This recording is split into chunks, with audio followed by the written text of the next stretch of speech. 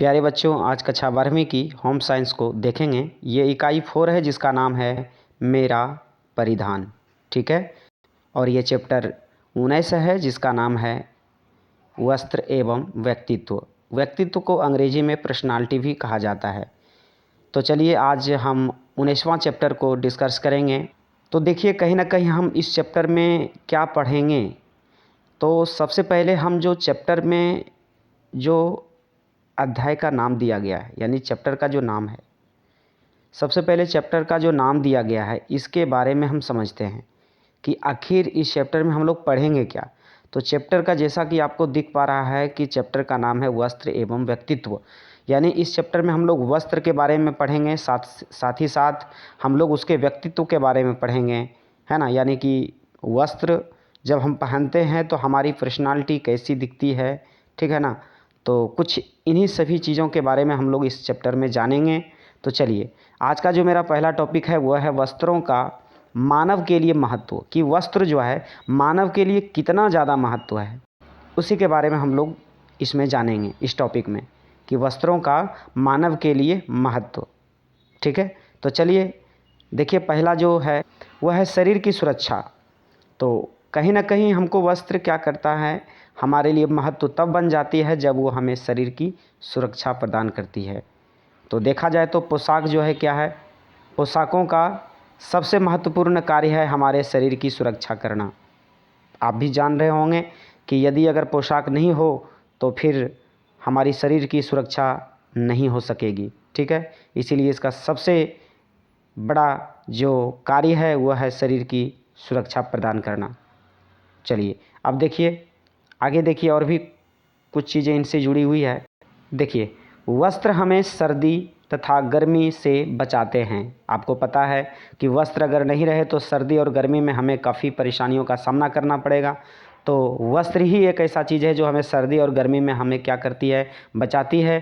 तथा शरीर के सामान्य ताप, जैसा कि हम लोग जानते हैं कि शरीर का जो सामान्य ताप होता है वो 98.6 फ़ारेनहाइट होता है। ठीक है। तो उतना तक ये क्या करती है, स्थिर रखने में सहायक होती है। ठीक। आगे है कि सूती वस्त्र गर्मियों में तथा ऊनी वस्त्र सर्दियों में रक्षा करते हैं। यानी कि सूती वस्त्र जो है सो हमें गर्मियों में काफ़ी मदद करते हैं, है ना, रक्षा करने में, और ऊनी वस्त्र सर्दियों के समय में ये काफ़ी मदद करते हैं हमको रक्षा करने में। ठीक है। चलिए आगे है कि आदि काल में, यानी पहले के समय में व्यक्ति क्या करते थे कि पशुओं की खाल, पेड़ के पत्तों तथा घास फूस का प्रयोग करके वस्त्रों के रूप में करता था। आप भी जान रहे होंगे कि पहले के समय में जो क्या करते थे, व्यक्ति पशुओं की खाल, पेड़ पौधे के पत्तों, घास फूस आदि इन सारी चीज़ों से वस्त्र के रूप में उसको क्या करते थे, पहना करते थे। परंतु हुआ क्या कि आज वह धीरे धीरे वस्त्र निर्माण की कला को सीख ली और विभिन्न प्रकार के वस्त्रों का निर्माण करने लगे। चलिए अब देखिए, दूसरा टॉपिक है आपके सामने, है कि वस्त्रों से व्यक्ति की पहचान बनना। जी हाँ, वस्त्रों से व्यक्ति की पहचान भी बनती है। आप देखे होंगे कि प्रायः वस्त्रों से ही व्यक्ति की क्या बनती है, पहचान बनती है। जैसा कि उदाहरण में आपको समझाया गया है कि वर्दियों के आधार पर ही हम पहचान पाते हैं कि यह फौज व्यक्ति है, या पुलिस का, या किसी होटल का कर्मचारी है। जी हाँ, वस्त्रों को ही देखकर, है ना, उसकी पहनावे ओढ़ावे को ही देख करके, कहीं ना कहीं उनकी वर्दियों को देख के ही हम कहीं ना कहीं यह पता लगा लेते हैं कि यह व्यक्ति किस काम से जुड़े हुए हैं, है ना। तो कहीं ना कहीं वस्त्र जो सो क्या करती है, व्यक्ति की पहचान बनाने में काफ़ी भूमिका निभाती है। आगे है, पहनावे से क्या होती है, व्यक्ति की पहचान करना क्या हो जाती है, आसान हो जाती है। पहनावे से व्यक्ति की पहचान करना आसान हो जाती है। साथ ही साथ प्राचीन काल में भी राजा महाराजा के वस्त्र धारण जनता से क्या होता था, अलग हुआ करते थे, है ना। इससे हम लोग यह पता लगा लेते थे कि राजा लोग कौन है और उसके जनता जो है वो कौन है। कहीं ना कहीं राजा का जो वस्त्र होता था वो बिल्कुल क्या होते थे, जनता जो साधारण वस्त्र पहनते थे उनसे कहीं हटकर होता था, है ना। तो इससे हम लोग पता लगा लेते थे कि ये एक क्या है, राजा हैं, और ये जो साधारण वस्त्र पहनने वाले जो लोग हैं ये एक जनता है। तो कहीं ना कहीं वस्त्र से हम लोग पता लगा लेते थे, व्यक्ति की पहचान कर पाते थे। ठीक है, चलिए अब देखिए अगला टॉपिक देखते हैं। अगला टॉपिक आपके सामने है कि डिजाइन के तत्व। डिजाइन के तत्व, चलिए देखिए डिजाइन के तत्व के बारे में अगर जाना जाए तो आकार के आधार पर या प्रकार के आधार पर, आकार को अंग्रेजी में शेप कहते हैं, प्रकार को फॉर्म कहते हैं, यानी कि डिजाइन जो बनेगा वो किस आकार में बनना चाहिए, यानी किस शेप में बनेगा या फिर किस फॉर्म में बनेगा। अगर हम इसकी और भी अगर जानकारी प्राप्त करें तो देखिए आपके सामने नीचे लिखा हुआ है। कहने का अर्थ यह हुआ कि चिपटी बनेगी या लंबाई के तौर तरीके पे बनेगा, यानी किस रूप का बनेगा, चौड़ाई में रहेगा या ना गहराई में रहेगा। एक वस्तु की आकृति तथा प्रकार इसी के ऊपर निर्भर करती है। ठीक है, आगे देखिए बनावट। डिजाइन में कहीं ना कहीं हम क्या करते हैं, बनावट के ऊपर भी निर्भर करता है। तो देखिए रेशम की चमक देखकर पता चल जाता है कि यह साड़ी रेशम की है ना।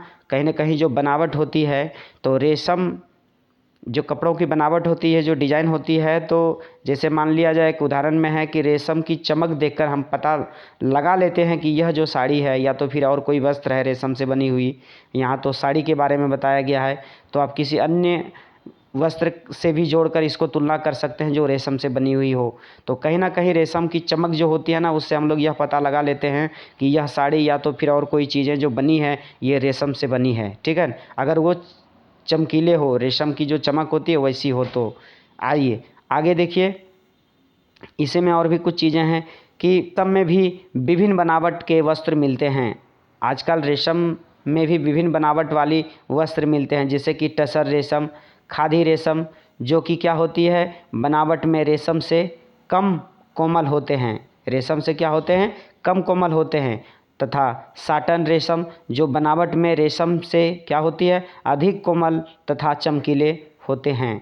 तो इस प्रकार से एक चीज़ों की बहुत सारी नकल करके कुछ ना कुछ अलग हम बना देते हैं उसको अलग तरीके से, क्योंकि आज जो इतनी टेक्नोलॉजी आ चुकी है ये कहीं ना कहीं बहुत कुछ कर दिखा पा रही है आज के डेट में। ठीक है, चलिए अब देखिए आगे है रंग। अगर डिजाइन के अंतर्गत देखें तो कहीं ना कहीं रंग का भी बहुत बड़ी भूमिका रहती है। रंग से आपके व्यक्तित्व यानी कि पर्सनालिटी पर अनुभवों का बहुत गहरा प्रभाव पड़ता है। जैसे कि रंग क्या करती है, हमें सुख दुख है ना, गंभीरता, आदर, आनंद, उदासीनता को क्या करती है, दिखाती है। ठीक है, रंग से वस्तुओं में सुंदरता का समावेश होता है। रंगों से ही वस्तुओं में क्या होती है, सुंदरता का समावेश होता है। और वस्त्रों में सबसे पहले रंग ही हमारी ओर क्या करती है, ध्यान आकर्षित करती है। वस्त्र में क्या होती है कि सबसे पहले रंग ही अपनी ओर क्या करती है, आकर्षित करती है, ध्यान आकर्षित करती है। ठीक है ना। चलिए, आप जब कपड़े खरीदने के लिए जाते होंगे तो ये बात आपको ज़रूर मालूम होता होगा कि सबसे पहले अगर वस्त्र को हम अगर देखें तो उसकी जो रंग है ना, वही हमारी ओर क्या करती है, ध्यान आकर्षित करती है। चलिए, तो कहीं ना कहीं रंग की भी डिजाइन में बहुत बड़ा रोल है। चलिए अब देखिए आगे जो है इसमें कुछ और भी बातें हैं कि यही कारण है कि वस्त्रों में रंग का उचित प्रयोग क्या होती है, व्यक्तित्व को क्या करता है, निखारता है। ठीक है, चलिए अब देखिए अगला जो टॉपिक है वह है रंग चक्र। रंग चक्र, चलिए रंग चक्र के बारे में हम लोग पढ़ते हैं। तो सबसे पहला जो है वह है प्राथमिक रंग। परीक्षाओं में आपके ऑब्जेक्टिव में ये प्रश्न पूछा भी जाता है कि प्राथमिक रंग निम्नलिखित में से कौन है। तो आप सही टिक लगाओगे, लाल, पीला व नीला, है ना, लाल, पीला, नीला। आप इसको याद रखेंगे, ऑब्जेक्टिव में ये प्रश्न पूछा जाता है। ठीक है ना, जिसको कि अंग्रेजी में प्राइमरी कलर भी कहा जाता है। प्राथमिक रंग ये प्रथम श्रेणी के मुख्य रंग होते हैं, लाल, पीला व नीला। तो आप इसको बिल्कुल ध्यान में रखेंगे। चलिए अब देखिए अगला है, चलिए अब देखिए हम दूसरा देखते हैं। दूसरा आपके सामने है द्वितीयक तथा माध्यमिक रंग, जिसको कि हम लोग सेकेंडरी कलर्स भी कहते हैं। यह दूसरी श्रेणी के रंग होते हैं। ये रंग दो प्राथमिक रंगों को मिलाकर बनाए जाते हैं। ये जो रंग है द्वितीयक रंग, ये दो रंगों को, यानी जो प्राथमिक रंग में हमने पढ़ा उन्हीं में से कोई दो रंगों को मिलाकर ये रंग बनाई जाती है द्वितीयक रंग, ठीक है ना। जैसे कि हरा, बैगनी, केसरी, ये सभी अगर रंग बनाना हो तो प्राथमिक रंगों में से ही दो रंगों को लेकर के और क्या करेंगे, उनको मिला करके बनाएंगे। क्या, हरा रंग को बनाना हो तो प्राथमिक रंगों में से दो रंग ले लेंगे तो हरा रंग बनेगा। बैगनी को भी उसी तरह से बनाते हैं और केसरी को भी उसी तरह से बनाते हैं। यानी कहीं ना कहीं द्वितीयक रंग को बनाने के लिए प्राथमिक रंग का क्या करना पड़ता है, मदद लेनी पड़ती है, ठीक है। उसी को मिला करके हम द्वितीयक रंग बना पाते हैं। आगे है पीला व नीला रंग समान मात्रा में अगर मिलाने पर, है ना, यानी पीले और नीले रंग को अगर हम लेते हैं समान, क्योंकि हम जानते हैं ना कि पीला और नीला रंग क्या है, प्राथमिक रंग होती है, ठीक है। तो पीले और नीले रंग को अगर मिला दें समान मात्रा में तो वो हरा रंग बना लेता है। उसी तरह से अगर देखा जाए तो लाल और नीला रंग को मिलाएं समान मात्रा में तो बैगनी रंग बन जाती है, और लाल और पीला रंग को मिलाएं तो केसरी रंग बन जाती है। तो द्वितीयक रंग प्राथमिक रंगों का ही क्या होती है, मेल होती है ना। चलिए अब देखिए आगे जो तीसरा है वह है मध्यवर्ती रंग। मध्यवर्ती रंग, मध्यवर्ती रंग प्राथमिक तथा माध्यमिक रंगों को मिलाकर बनते हैं। यानी जो हम लोग प्राइमरी और सेकेंडरी ये दोनों जो रंग पढ़े थे उन्हीं दोनों को मिला करके क्या बनाया जाता है, मध्यवर्ती रंग बनाए जाते हैं। चलिए तो देखिए आपके सामने कुछ उदाहरण भी है, जैसे लाल केसरी, लाल बैगनी, पीला केसरी, नीला हरा, पीला हरा, है ना। तो इन्हीं रंगों के अनेकों मेल से वस्त्रों के लिए भी प्रयोग की जाती है। आप जानते होंगे कि वस्त्र में क्या होती है, अनेकों प्रकार की रंग मिली हुई होती है। तो यही मध्यवर्ती रंगों का ही प्रयोग कर बनाया जाता है वो वस्त्र, ठीक है ना, क्योंकि वस्त्रों में अनेकों प्रकार का रंग होते हैं। तो इन्हीं रंगों के मेल से वस्त्रों के लिए भी प्रयोग की जाती है, ठीक है। चलिए अब देखिए अगला टॉपिक आपके सामने है। अगला है रंगों का प्रभाव। तो कहीं ना कहीं रंग क्या प्रभाव डालती है, चलिए इनके बारे में जानकारी प्राप्त करते हैं। रंग वस्त्रों पर अलग अलग प्रभाव डालते हैं। रंग जो है वस्त्रों पर अलग अलग प्रभाव डालते हैं, जो वस्त्र पहनने वाले और देखने वाले व्यक्तियों को मालूम होता है। उनकी जो प्रभाव होती है ना रंगों की, जो वस्त्र पे जो पड़े हुए होते हैं रंग, उनकी प्रभाव जो है वो जो तो पहला तो जो वस्त्र पहनता है उनको प्रभाव मालूम पड़ता है, साथ ही जो वस्त्र देख रहे हैं उनको मालूम पड़ता है। क्लियर। चलिए अब देखिए रंगों के जो प्रभाव हैं, अगर रंगों के आधार पर अगर देखा जाए तो चलिए हम बारी बारी से रंगों के आधार पर भी इसका प्रभाव जानने का प्रयास करते हैं। तो जो सबसे पहला जो आपके सामने जो रंग है वो है सफ़ेद रंग। अगर सफ़ेद रंग की प्रभाव की अगर बात कही जाए तो सफ़ेद रंग, जैसा कि आप भी जानते हैं कि सफ़ेद रंग पवित्रता, शांति तथा ठंडक का भाव उत्पन्न करता है ना। सफ़ेद रंग को शांति का प्रतीक भी कहा जाता है और सफ़ेद रंग ठंडक का प्रभाव हमें डालता है, ठीक है ना। तो क्योंकि सफ़ेद वस्त्र को गर्मियों के समय में पहनना उचित माना जाता है, क्योंकि वो हमें ठंडक देती है, गर्मियों में हमें ठंडक प्रदान करती है, ठीक है। तो इस रंग के वस्त्र को शोक सभा में डॉक्टर आदि को भी देखे होंगे आप, है ना, सफ़ेद वस्त्र पहने। साथ ही नर्स लोगों को भी देखे होंगे आप सफ़ेद वस्त्र पहने हुए। शोक सभा यानी जब भी कभी कोई ऐसी किसी की मृत्यु हो जाती है तो उस सभा में जो भाग लेते हैं वो सारे लोग आपको सफ़ेद वस्त्र ज़्यादातर लोगों को पहने हुए आप देखे होंगे। तो इन सारी सभा में सफ़ेद वस्त्र पहना जाता है। तो ये था सफ़ेद रंग के प्रभाव, ठीक है। चलिए अब हम पीले रंग के प्रभाव के बारे में जानते हैं। देखिए दूसरा है पीले रंग के प्रभाव। चलिए इनके बारे में भी जानते हैं। ये जो पीले रंग होते हैं ना, ये सूर्य का रंग होता है। आप भी जानते होंगे सूर्य का जो रंग होता है वो पीला होता है। ये रंग हमें उल्लास, प्रसन्नता, चमक धमक तथा आशा का भाव पैदा करता है। पीला जो रंग है ना वो हमें उल्लास, प्रसन्नता, चमक धमक, आशा का भाव प्रकट करता है ना, यानी खुशी का माहौल बना देता है ये पीला रंग, ठीक है ना। अब देखिए हरा रंग की अगर बात कही जाए तो हरा रंग हमें ठंडक प्रदान करती है तथा ताजगी का अनुभव करता है। हरा रंग का जो कपड़ा होता है वो हम चाहें तो प्रतिदिन, है ना, डेली यूज़ में हम क्या कर सकते हैं, पहन सकते हैं। अगला है नीला रंग। नीला रंग जो है, नीला रंग स्वच्छ आकाश का क्या है, रंग है। जैसा कि हम लोग जानते हैं आकाश का रंग कैसा है, नीला है। ये भी ऑब्जेक्टिव में प्रश्न पूछा जाता है कि आकाश का रंग कैसा होता है, तो आकाश का रंग नीला होता है। और भी अगर नीले रंग के बारे में अगर जानें तो यह जो है शांति, शीतलता, सहानुभूति व औपचारिकता का प्रभाव उत्पन्न करने वाला रंग होता है। नीले रंग के वस्त्र को प्रतिदिन पहनने में प्रयोग किया जा सकता है। जी हाँ, नीले रंग के वस्त्र जो होते हैं वो चाहें तो हम प्रतिदिन पहनने वाले जो वस्त्र होते हैं नीले रंग को सेलेक्ट करके हम लोग पहन सकते हैं, ठीक है ना। चलिए अब देखिए आगे है आपके सामने लाल रंग। तो लाल रंग के बारे में भी जान लेते हैं। तो लाल रंग जो है खून तथा आग का रंग होता है।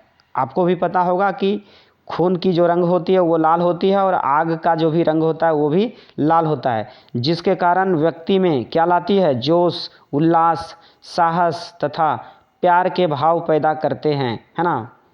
यही कारण है कि शादी विवाह तथा अन्य खुशी के मौके पर लाल रंग के वस्त्रों का उपयोग किया जाता है। आप देखे होंगे अक्सर शादी विवाह अन्य खुशी के जितने भी अवसर होते हैं लाल रंग का बहुत बड़ा महत्वपूर्ण योगदान रखा जाता है, ठीक है। अब देखिए आपके सामने है काला रंग।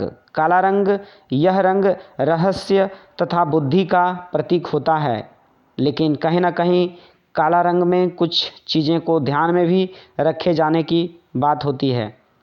चलिए देखिए इसमें क्या कह रहा है आगे कि प्रतिदिन पहने जाने वाले वस्त्रों में इस रंग का प्रयोग सोच समझकर किया जाता है। जी हाँ, काले रंग के जो कपड़े होते हैं ना, वस्त्र जो होते हैं, तो उनको बड़ा सोच समझकर पहना जाता है, क्योंकि उसको बहुत सारे ऐसी चीज़ें हैं जैसे शादी विवाह में हम लोग काले वस्त्र को पहनकर नहीं जा सकते हैं, तो इनको बहुत ध्यान में रखकर पहना जाता है।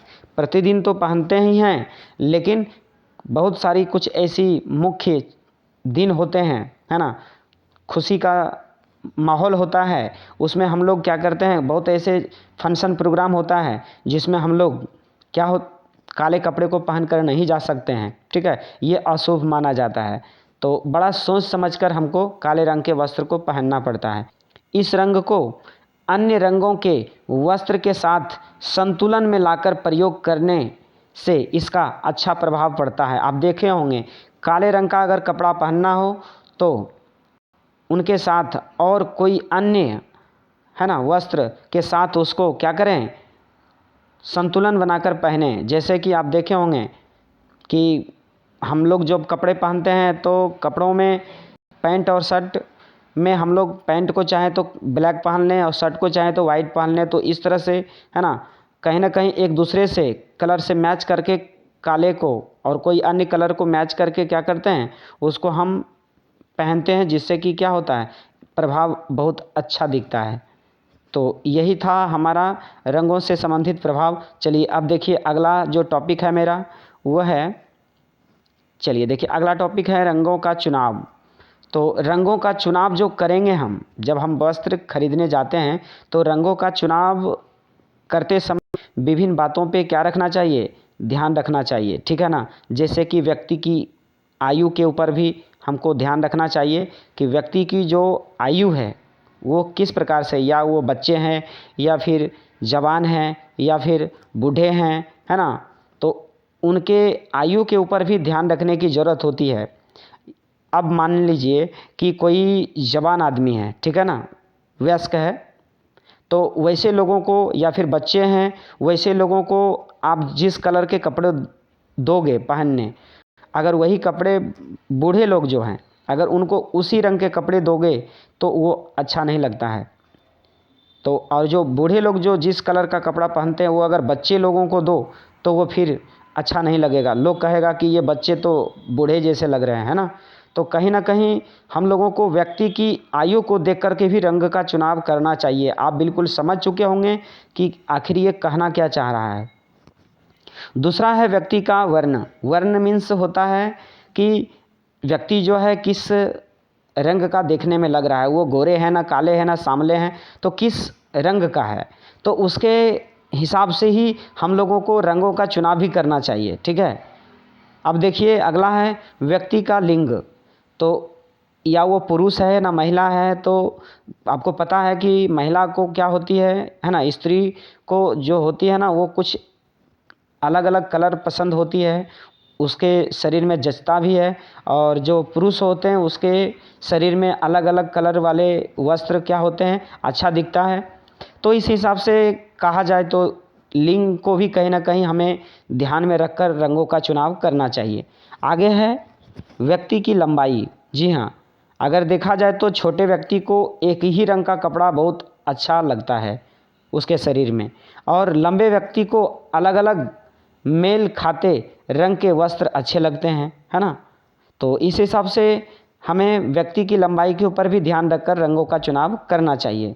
आगे देखिए, आगे है पाँचवा, व्यक्ति का भार। जी हाँ, व्यक्ति का भार भी ध्यान में रखकर रंगों का चुनाव करना चाहिए। जैसे मोटे व्यक्तियों को चौड़ी लाइन के वस्त्र नहीं पहनने चाहिए, मोटे तथा छोटे व्यक्तियों को एक ही रंग के कपड़े पहनने चाहिए, है ना। तो इन सारी चीज़ों को ध्यान में रखते हुए रंगों का, वस्त्र के जो रंग होते हैं ना उनका चुनाव करना उत्तम माना जाता है। अब देखिए, अगला जो टॉपिक आपके सामने है वो है रेखा।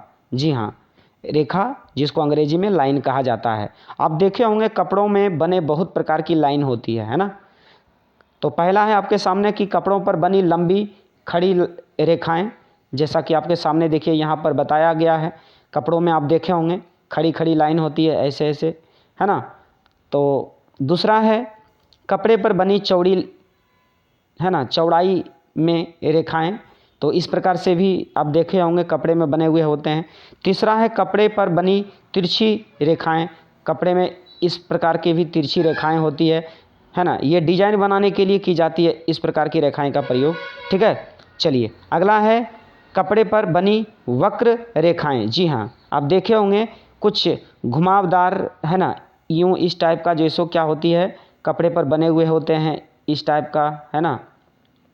तो ये जो सो वक्र लाइन है, ठीक है। चलिए अगला है देखिए पाँचवा कि कपड़े पर बनी भी आकार की रेखाएं। जी हाँ, ये देखिए आपके सामने भी आकार की रेखाएं बनी हुई है।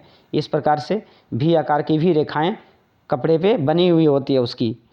चलिए अगला है कपड़े पर खंडित रेखाएं, है ना, माना अलग अलग प्रकार का, कभी इस प्रकार का, कभी इस प्रकार का, कभी, है ना, ऐसा। तो अलग अलग प्रकार से ये खंडित किए हुए होते हैं, है ना।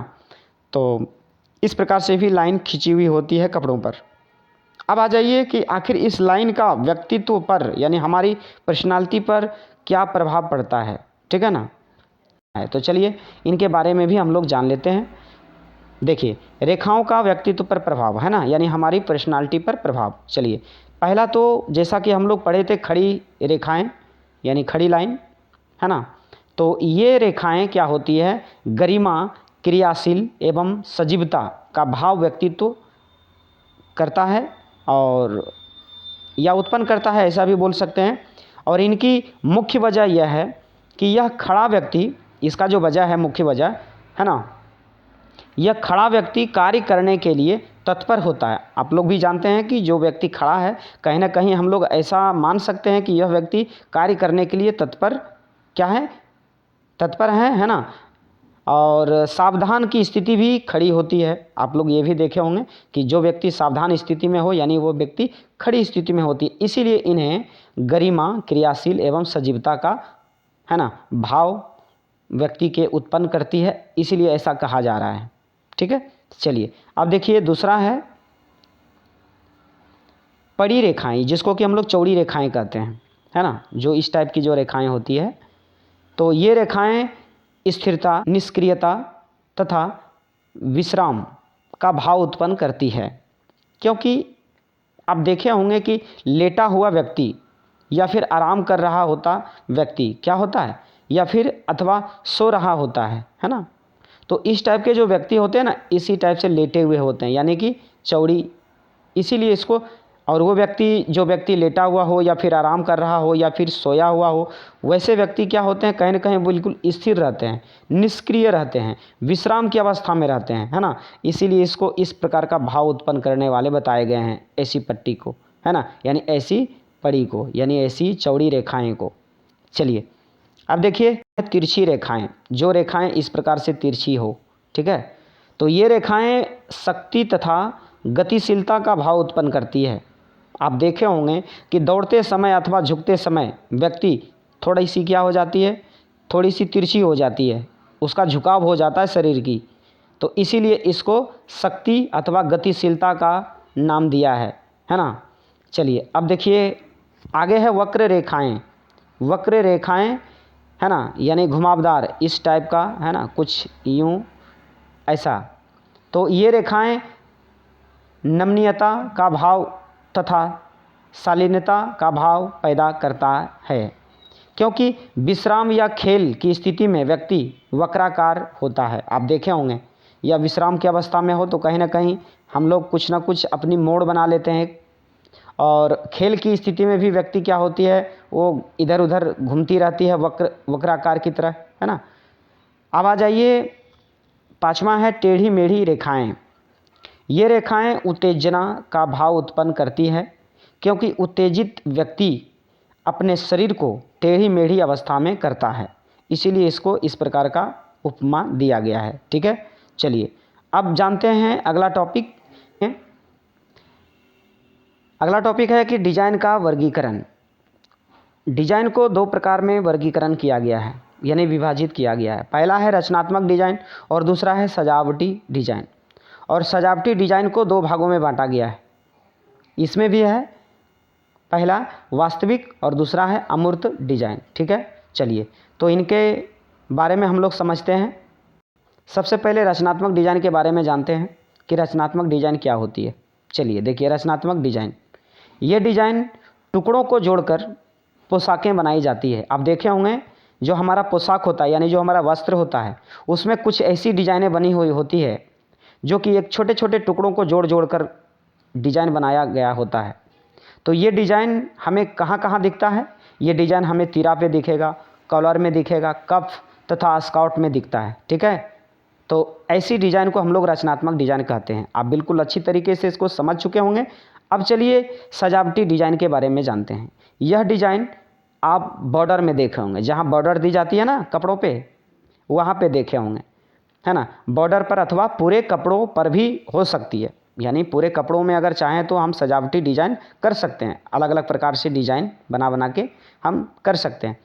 तो सजावटी डिजाइन को हम पूरे कपड़े पे कर सकते हैं, या तो जहाँ जहाँ बॉर्डर हम लोग देते हैं उस जगह पर कर सकते हैं। ठीक है, चलिए सजावटी डिजाइन को आपको पता है दो भागों में बांटा गया है। पहला है वास्तविक डिजाइन। तो चलिए सबसे पहले हम वास्तविक डिजाइन को जानेंगे, और इसका जो दूसरा है वह है अमूर्त डिजाइन।